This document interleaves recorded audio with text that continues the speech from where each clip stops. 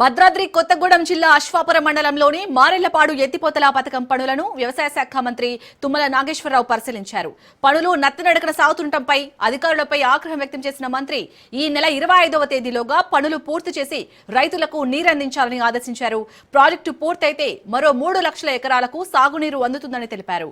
తుమ్మల చెరువును నింపితే 16,000 ఎకరాలకు నీరు అందుతుందని చెప్పారు. నిర్వాసితులకు గతంలో ప్రకటించిన ప్యాకేజీ కంటే రెట్టింపు పరిహారం ఇస్తున్నామని వెల్లడించారు.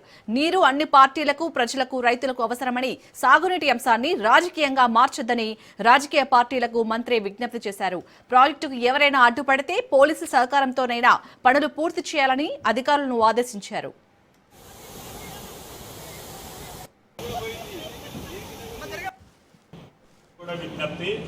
ఇప్పుడు భూమి ఎంత మనం అనుకున్నాము గతంలో ఉన్న దానికంటే డబల్ చేసి ఇవ్వమని చెప్తాం.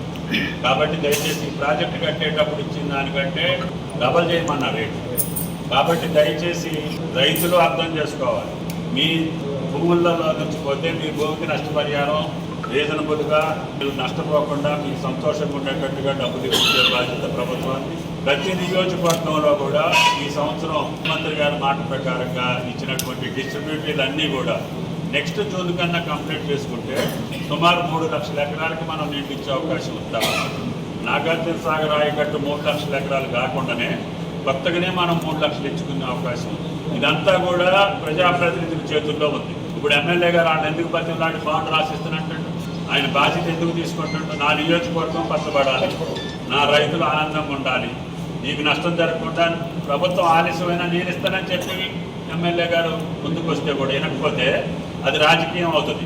రాజకీయానికి నీళ్ళకి సంబంధం లేదు. అది కూడా చెప్తున్నారు రైతులకు. ఎవరైనా అట్లా రాజకీయంగా మిమ్మల్ని ఎవరైనా ఎగేసి రాజకీయ పార్టీలు ఈ ప్రాజెక్టు కాకూడదు, వీళ్ళకి నీళ్లు రావద్దు, వీళ్ళు కరువుతోటే అనుమతించుకోవాలనే కోరికలు ఉన్నోళ్ళు ఉంటే అది